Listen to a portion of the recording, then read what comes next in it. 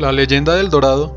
es uno de los temas más apasionantes en la historia de la conquista de América, dando lugar a numerosos documentales, libros, películas e incluso distintas versiones de la historia, que en su mayoría no concuerdan con la realidad. Estas versiones surgieron hace mucho tiempo, desde la época de la conquista del continente americano por parte de los europeos, y algunas se han mantenido en la cultura popular hasta nuestros días.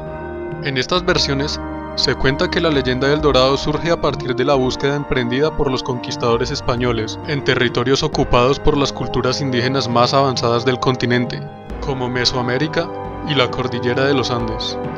Como mencioné antes, estas versiones de la historia no son fieles a la realidad, pero es entendible el por qué se relaciona estos territorios con la leyenda, pues fue allí en donde se desarrollaron grandes civilizaciones, como los aztecas y los mayas en Mesoamérica, y los incas en las montañas de los Andes, siendo precisamente estos pueblos los más ricos y fuertes que encontraron los europeos en su llegada al nuevo continente, excepto los mayas, quienes al contrario de lo que generalmente creemos, sus ciudades ya estaban en ruinas y abandonadas desde algunos siglos antes del descubrimiento.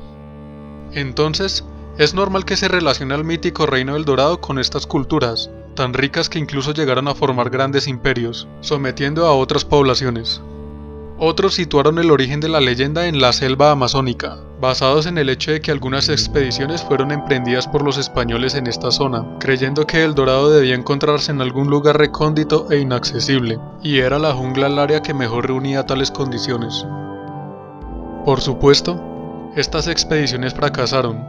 siendo algunos hombres devorados por la implacable selva. Otros murieron y los demás decidieron abandonar la búsqueda, desanimados. Lo cierto es que de las versiones expuestas hasta ahora, la que sitúa el origen de la leyenda en los territorios incas es la que más se aproxima, pues los primeros rumores surgieron de una conversación entre las tropas españolas, al mando de Vasco Núñez de Balboa, y un cacique de un grupo de indígenas en Panamá, quien, sorprendido por una disputa entre los soldados europeos por las piezas de oro, les recrimina que no entiende cómo entre camaradas pelean por algo tan insignificante, y que si de verdad requerían tanto ese material, al grado de querer matarse, les indicaría una tierra en donde abundaba tanto que se cansarían de él. Aquel lugar estaría cerca de la rica región del Virú, palabra que con el tiempo se transformó en Perú, que resultaron ser los territorios del Imperio Inca. Así pues, muy entusiasmados, unos expedicionarios españoles, liderados por Francisco Pizarro, deciden emprender la exploración y conquista de la rica y lejana provincia del Perú, en donde a propósito comienza la historia del país actual. Mientras tanto,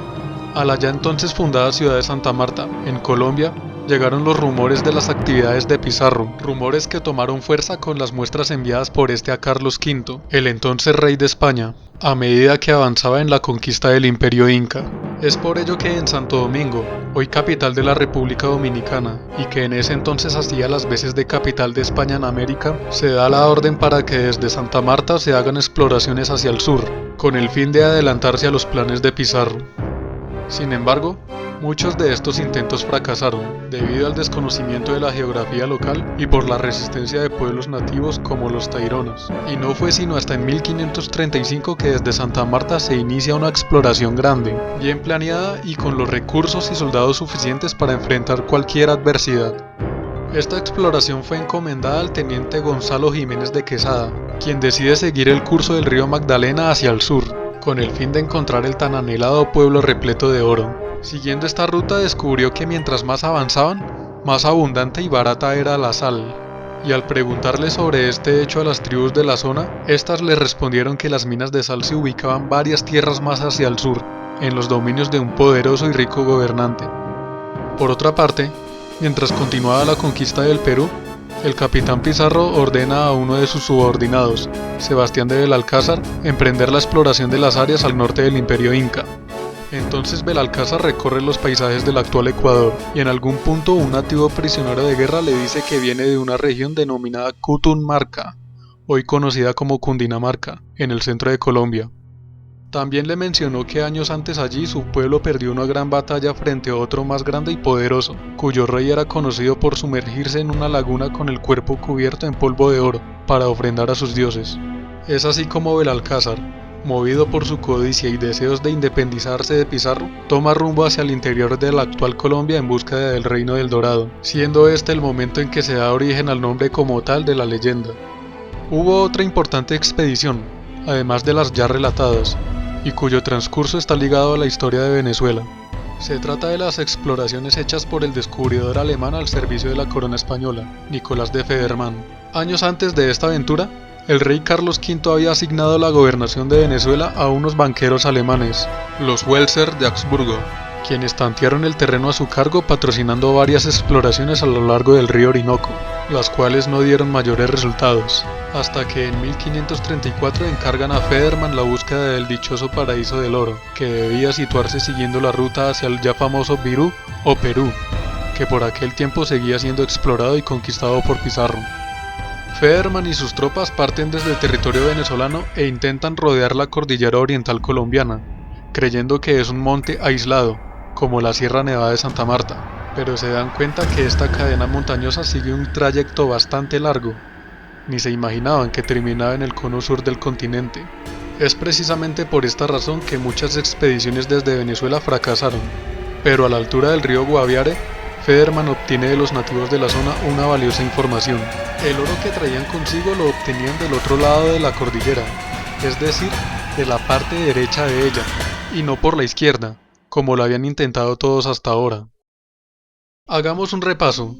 Hubo una gran cantidad de expediciones en Sudamérica, en búsqueda del mítico Reino del Dorado, pero la gran mayoría fracasaron por factores como la improvisación, el desconocimiento de la geografía explorada, las guerras contra las tribus indígenas encontradas en el camino, y otros simplemente abandonaron las campañas desmotivados. Solo 3 grandes expediciones tuvieron algún éxito, gracias al apoyo brindado por los gobernadores que representaban directamente a la corona española, y al enfoque de sus empresas cuyas metas no se limitaban solo a explorar y conquistar tierras, sino hallar el dorado, siendo este su objetivo principal. Recordemos las rutas seguidas por estas 3 expediciones. La primera, llevada a cabo por Gonzalo Jiménez de Quesada, partió desde Santa Marta, recorriendo el valle del río Magdalena hasta encontrar una zona abundante en sal, lugar que hacía parte de un reino rico en muchas otras cosas y que pertenecía a un gran rey. La segunda, emprendida por Sebastián de Belalcázar, quien pretendiendo independizarse de Pizarro, conquistador del Perú, emprendió una búsqueda hacia el norte con sus hombres, llegando a la lejana tierra de Cutunmarca, en donde según información obtenida en Ecuador se debía hallar el dorado. Finalmente, la tercera expedición, liderada por Nicolás de Federmann, quien salió desde el Coró, en el norte de Venezuela, recorrió el pie de la cordillera oriental colombiana y en el nacimiento del río Guaviare decide atravesar la cadena montañosa a raíz de la información obtenida de una tribu local. Así las cosas, podemos ver que las 3 expediciones, sin saberlo, dirigieron su búsqueda hacia una misma región, el altiplano cundiboyacense, lugar que pertenecía al reino de los Muiscas, más concretamente en una llanura denominada Sabana de Bogotá, que formaba parte del mencionado reino. Como era de esperarse, fue en este sitio donde las 3 expediciones terminaron sus búsquedas, llegando aquí guiados cada una por sus propias pistas, que en efecto eran acordes a la realidad. Por ejemplo, el gran reino que describieron a Quesada, abundante en sal, oro y demás cosas, que se ubicaba varias tierras al sur, se refería a las minas de sal ubicadas en el norte de la mencionada Sabana de Bogotá, en donde en la actualidad incluso hay un atractivo turístico conocido como la Catedral de Sal de Zipaquirá, y el poderoso señor dueño de estas tierras no era otro sino el Zipa, título otorgado por el pueblo muisca a su gobernante. La lejana tierra de Cutunmarca, hoy Cundinamarca, que un prisionero de guerra mencionó a Belalcázar en Ecuador, actualmente es un departamento en el centro de Colombia, del cual Bogotá es su capital.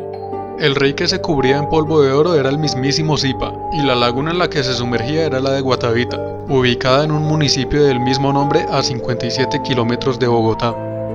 Por último, el territorio al otro lado de la cordillera oriental, al que llegó Federmann desde el río Guaviare, fue el Zipazgo de Bacatá, también dentro de la Sabana de Bogotá, provincia del territorio muisca bajo control del Zipa. Cuando Belalcázar y Federmann llegaron al lugar en 1539, se sorprendieron y sintieron defraudados al encontrar un territorio ya conquistado por Jiménez de Quesada, por lo cual cuando se encontraron los 3 exploradores, quienes no tenían ni idea de las otras campañas, entran en disputa jurídica por el control de la zona. Belalcázar, quien en su recorrido fundó importantes ciudades como Quito, Cali y Popayán, convenientemente reclamó la zona en nombre del capitán Francisco Pizarro, conquistador del Perú, y Federman hizo lo mismo pero por los banqueros alemanes Wessler, socios del rey de España. Los tres exploradores acordaron volver a la madre patria para solucionar este problema. Durante los siglos siguientes hubo más expediciones fallidas que insistieron con la búsqueda del dorado en lugares recónditos como la selva amazónica y las Guyanas. También vaciaron las lagunas sagradas para los muiscas, con el fin de sacar los tesoros que desde hace mucho tiempo este pueblo había arrojado allí. Lo cierto es que aunque los españoles encontraron muchas riquezas en el altiplano cundiboyacense, jamás encontraron ciudades en donde el oro abundara tanto que se hartarían de él, ni aquí ni en ningún lugar de América. Hasta la próxima.